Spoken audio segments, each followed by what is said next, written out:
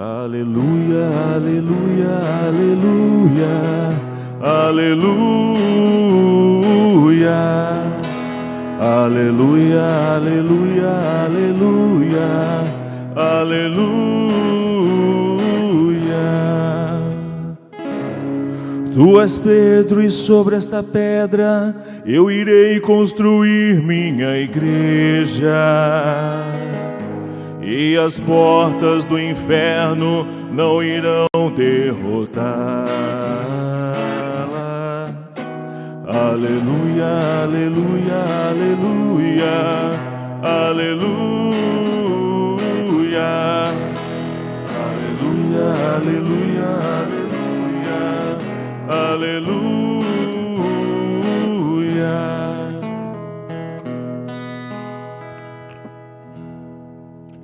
O Senhor esteja convosco. Ele está no meio de nós. Proclamação do Evangelho de Jesus Cristo, segundo Mateus. Glória a vós, Senhor.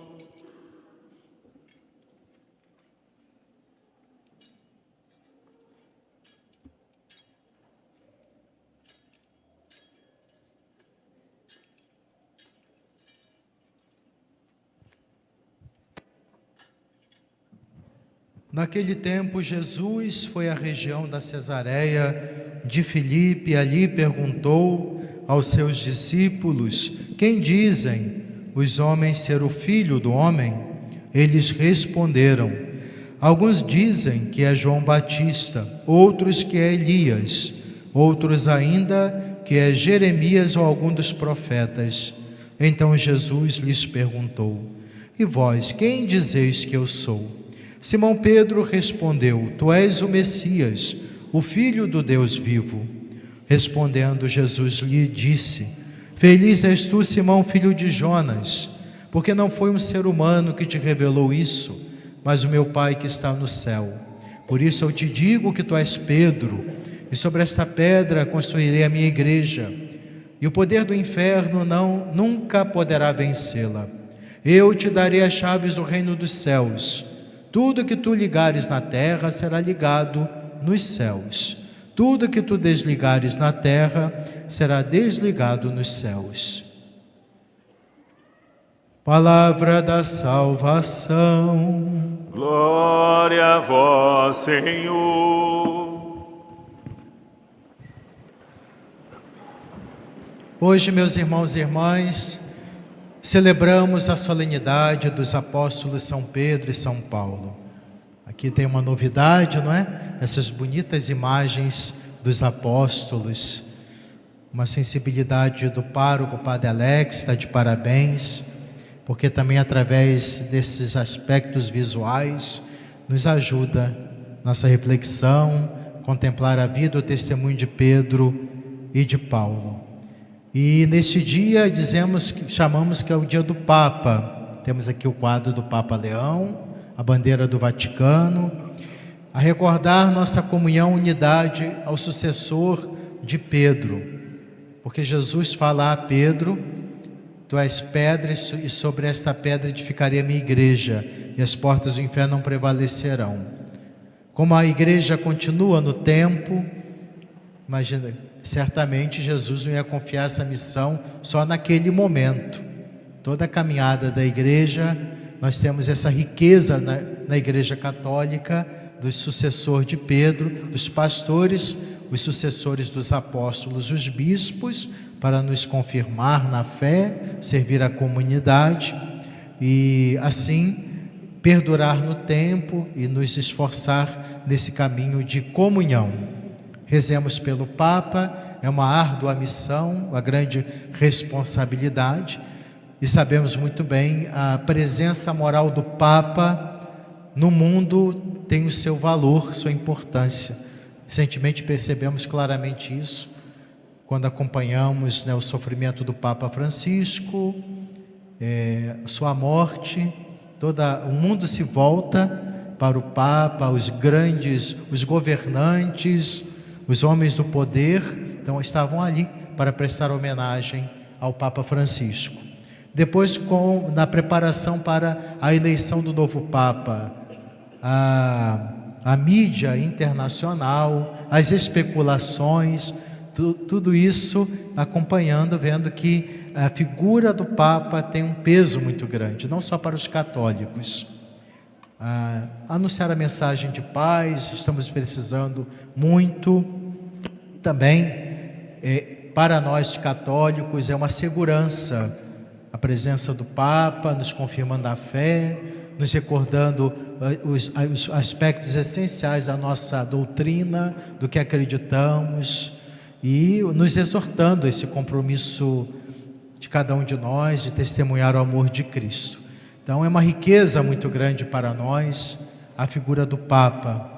E não é o Papa conforme nosso gosto, porque o estilo desse Papa eu gosto, me representa. O Papa não tem que representar ninguém, ele representa Jesus. E a cada tempo Jesus nos manda um Papa que é necessário para aquela realidade. De modo que a gente não tem que seguir Papa por conta de gosto. Hoje é o Papa Leão, com seu jeito, seu estilo. E cada Papa não é sucessor do outro, não. O Papa é sucessor de Pedro, que por sua vez, sempre voltado para o bom pastor Jesus. Tem gente que tem que ser igual ao Papa que eu gostava muito. Não tem nada disso. Cada um tem seu jeito, seu estilo, como cada padre na paróquia, cada bispo. Essa coisa de saudosismo, de valorizar mais a idiosincrasias, ou seja, o estilo, isso não é católico. Eu só gosto desse jeito, não pode ser diferente. A gente tem que ter essa maturidade de entender que na ação da igreja o Espírito Santo vai agindo no estilo, no jeito de cada um, de acordo com o tempo, o momento. Esse tipo de saudosismo, de apego a um jeito de ser, isso aí é uma certa imaturidade religiosa. A gente precisa superar essas coisas. Uma amizade continua, a gente gosta, tem um padre que eu gostava muito, continue rezando por ele, continue sendo amigo, amiga dele, rezando, mas não se prenda a essas questões. Deixe o padre livre, o bispo, o Papa também, até quando Deus quiser que ele exerça essa missão. Essa coisa às vezes que a gente vê em certos grupos internos na igreja católica, não, o bispo vai trocar de padre, vamos fazer campanha, vamos fazer abacinado, isso não serve de nada, só mostra a imaturidade da comunidade.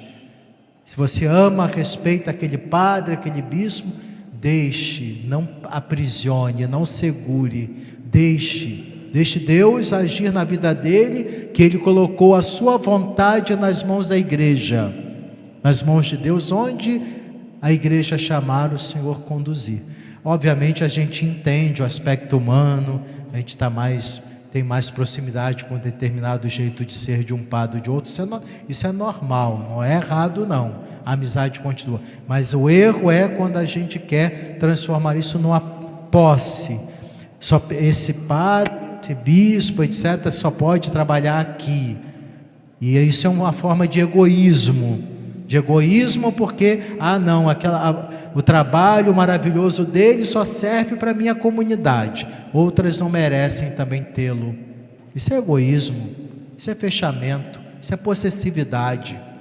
E aquela mentalidade de achar que a salvação depende daquele jeito, padre, não. Às vezes Deus coloca na nossa vida um padre que nem sempre é muito conforme assim o nosso estilo, jeito, para que nos testar na paciência, para que a gente possa livre, não estar na igreja porque gostamos, participamos, perseveramos na igreja porque é o certo a fazer, não porque no aspecto mais sentimental eu estou na igreja. Isso aí também é outro tipo de maturidade.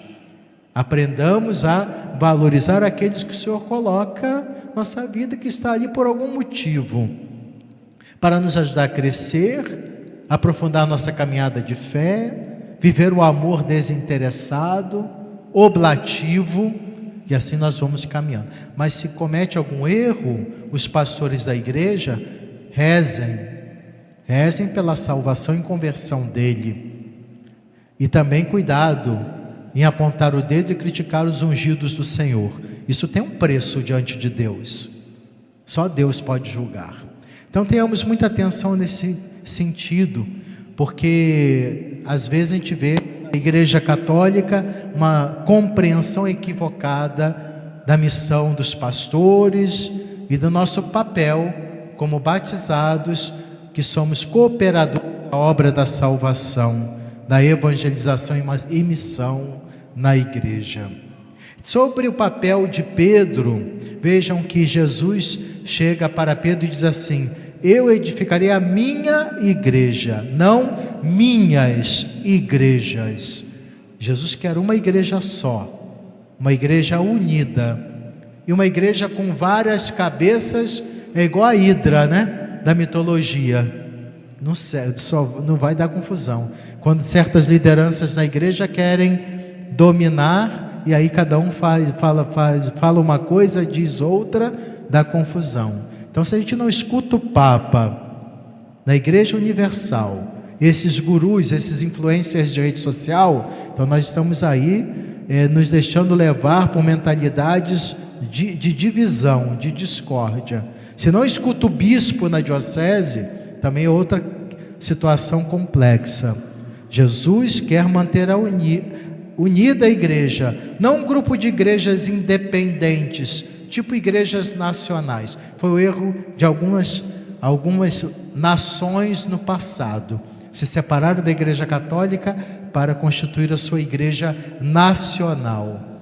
E aí perde esse sentido de comunhão, de universalidade da igreja.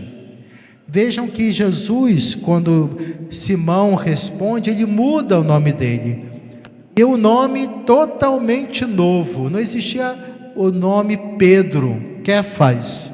É a primeira vez que Jesus dá a Simão para mostrar a missão dele, e vai ser importante para justamente esse tema da unidade. Ele confere inclusive o primado a Pedro e faz por 3 vezes uma outra passagem do Evangelho: Pedro, tu me amas? Apacenta meus cordeiros, apacenta minhas ovelhas, apacenta minhas ovelhas. Nos Atos dos Apóstolos, inclusive, menciona a autoridade já reconhecida pelos cristãos. O papel dele como porta-voz de toda a igreja é muito claro no Novo Testamento. E o povo rezava por Pedro, que ele estava preso na prisão, e sabendo da importância da missão dele. E aí podemos nos perguntar: e os sucessores? Se Pedro deve ser a rocha, fundamento da igreja, e a igreja continua, então continua o fundamento. Tu és pedra, sobre essa pedra edificarei a minha igreja. Como é que se tira a pedra, o fundamento? Se tira o fundamento, o que acontece com o edifício? Ele acaba destruindo. Então, por isso, sustentamos que Jesus, ao confiar a Pedro essa missão, ele o dá aos seus sucessores também, já que a igreja está aí, ao longo dos séculos. Não tem como a gente pensar que essa missão terminou com a morte de Pedro. E a gente sabe que foram depois, a própria igreja, compreendendo isso, foi constituindo e foi escolhendo os sucessores de Pedro até hoje, até Leão. Papa Leão tem toda a linha sucessória que a gente pode ver pode procurar na internet, de Pedro até Leão. Então o papel de Pedro se prolonga nos seus sucessores. Morreu o bispo de Roma. Por que bispo de Roma? Porque Pedro morreu em Roma, crucificado de cabeça para baixo, porque ele dizia: eu não sou digno de morrer como o meu Senhor. E nas escavações arqueológicas constatou-se, foi provado que está ali as relíquias, os restos mortais de Pedro na Basílica de São Pedro. Foi naquela colina que ele foi enterrado. O papel de Pedro então se prolonga. Ele foi o bispo da cidade de Roma, e esse ministério de confirmar, apacentar as ovelhas, ele o fez, e depois os seus sucessores. O papel de Pedro se prolonga, portanto, e lembrando que a igreja não é uma sociedade de livres pensadores, cada um pensando de um jeito. Isso aí não colabora para a unidade e a comunhão. E tem gente que acha que a igreja tem que se adequar à mentalidade dos tempos. Tenhamos muito cuidado com isso. Claro que a igreja iluminada pelo Espírito Santo, o Espírito da verdade, vai de acordo com a realidade, com o tempo, ela vai se inserindo sem se contaminar para melhor exprimir a mensagem do Evangelho, a linguagem própria do tempo. Isso sim acontece, mas o essencial não muda. Existem alguns grupos internos na Igreja Católica que eu não entendo isso, quer continuar sendo católico, mudando o que é essencial na doutrina. Então, seja honesto, vai para as igrejas que concordam com você, já que você não aceita aquilo que a igreja fala de sua doutrina, seus dogmas. A igreja fala da Eucaristia, a presença real, que Jesus ressuscitou, os sacramentos que nós administramos para o bem do povo de Deus, a nossa teologia moral, o catecismo. Ah, mas eu não concordo. Então, meu filho, fique à vontade, ninguém é obrigado a ser católico, queremos que você continue conosco, mas a partir do momento que você decide ser católico, é isso aí. Divórcio não vai aceitar a igreja, porque está muito claro no Evangelho. E a gente respeita as pessoas que passam por situações difíceis no matrimônio. Respeitamos, mas não aderimos àquilo que é a mentalidade do mundo. Indissolubilidade do matrimônio está muito claro. O próprio Jesus confirmou isso. Tanto é que existia divórcio na época dele. Ele disse que não deveria ser. E aí, vai mudar o que Jesus falou? Então não. Ou aceita ser católico, é o pacote completo. Coerência e honestidade intelectual. Ah, mas eu não concordo. Não estamos perguntando se você concorda ou não. É isso. Aí está.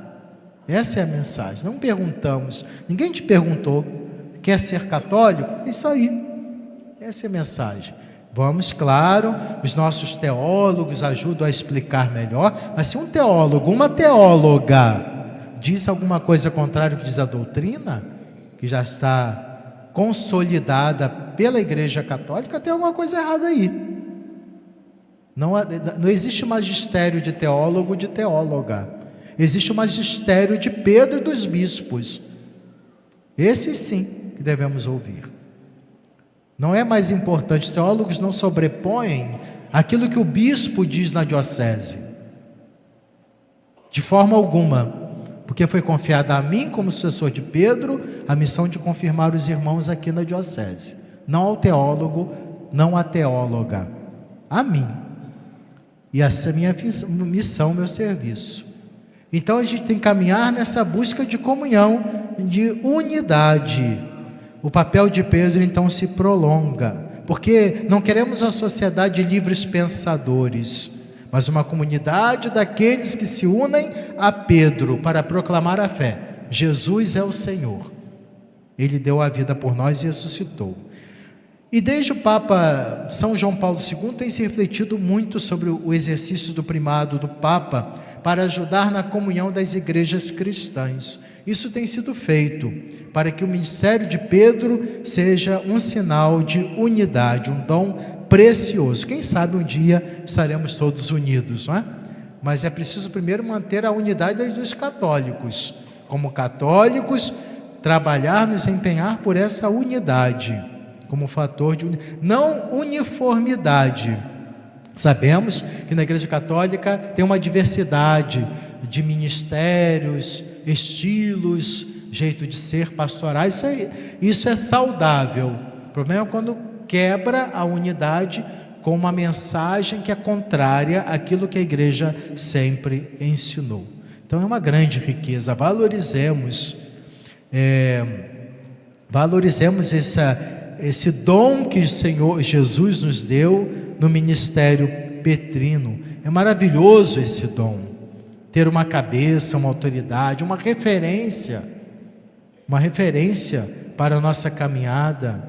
Mas cuidado com esse, como eu acabei de mencionar, esse tipo de devoção papal, que é mais por interesse do que amor ao Papa. Aderimos ou não conforme o gosto nosso, isso não é católico. E o que diz, reforço o que disse Jesus, ele quer uma igreja unida, minha igreja, a igreja de Cristo. Não é, nem o Papa pode se sentir dono, nem o bispo. Não somos donos, somos instrumentos, servidores. E de modo que tenhamos muita atenção. Às vezes essa possessividade, isso também atinge as lideranças leigas nas comunidades. É a minha comunidade, eu é que decido, eu que mando. O autoritarismo, que não atinge somente o chamado clericalismo, da autoritarismo dos religiosos, dos ministros ordenados, isso atinge a todos nós, se nós não tomarmos cuidado. Então, meus irmãos e irmãs, procuremos trabalhar pela unidade, fazendo até um paralelo, como é importante essa comunhão afetiva e efetiva. Numa família natural, não existe somente o divórcio jurídico, mas também o divórcio do coração. Quando a família já está dividida, quando o casal não mais se entendem, só moram no mesmo teto, mas não existe mais aquela unidade matrimonial. Vivem sob o mesmo teto, não se amam, não se respeitam, se calam, não têm diálogo e fazem reciprocamente o mal. E pode acontecer na igreja a mesma coisa. Não é o cisma na separação do casal, chama-se divórcio. Quando existe uma divisão na igreja, chama-se cisma. Quando, por exemplo, um bispo, eu não obedeço mais ao Papa, aí começa a ordenar outros bispos, não sigo mais a igreja, o Concílio Vaticano II, é cisma. Cuidado com esses grupos nas redes sociais que fingem ser muito católicos, mas questionam os concílios, o último concílio, a missa, envenena nosso coração, nossa mente. Cuidado. Aparentemente podem ser muito piedosos, muito zelosos, mas causam um grande mal da divisão. Tenhamos muito cuidado com isso. Então não existe só o cisma, a divisão externa, jurídica, coletiva, mas existe o cisma do coração. Quando se fala da igreja com desprezo, quando ataca, fica averiguando a vida dos pastores, essa gente é perversa, que não causa um grande mal na igreja. Então já existe um cisma, uma separação com essas posturas. E quando a gente renega e ataca a igreja através dos seus pastores, nós estamos renegando a própria mãe igreja, que nutre com os sacramentos e a palavra. Já dizia São Cipriano, não se pode ter Deus por pai quem não tem a igreja por mãe. E Santa Teresa d'Ávila, doutora da igreja, no momento de fortes tentações, porque a igreja é humana, é formada por nós miseráveis pecadores, então ela tem a sua realidade frágil. Ela dizia assim, diante das tentações, ela não se cansava de repetir para se consolar: sou filha da igreja. E vamos dizer com amor: minha igreja.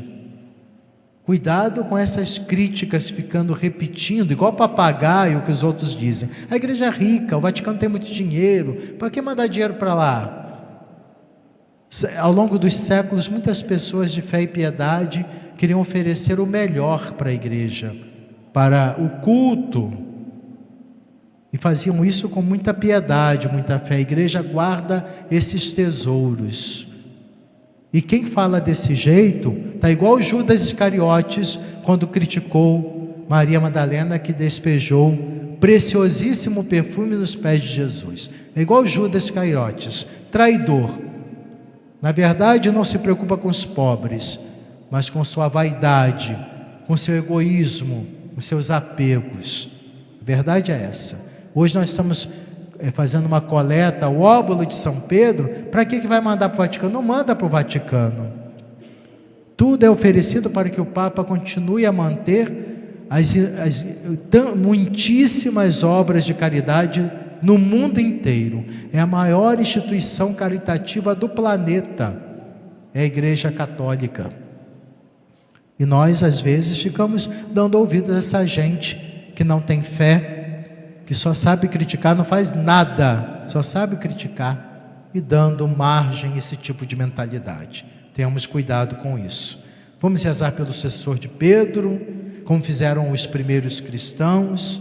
Existe muita hostilidade, muita grosseria contra o Papa, e devemos rezar, nós católicos, para que o Senhor o ilumine, dê muita sabedoria, coragem e confirme os irmãos, como Pedro fez, como Paulo nos deu grande exemplo de coragem. Assim seja.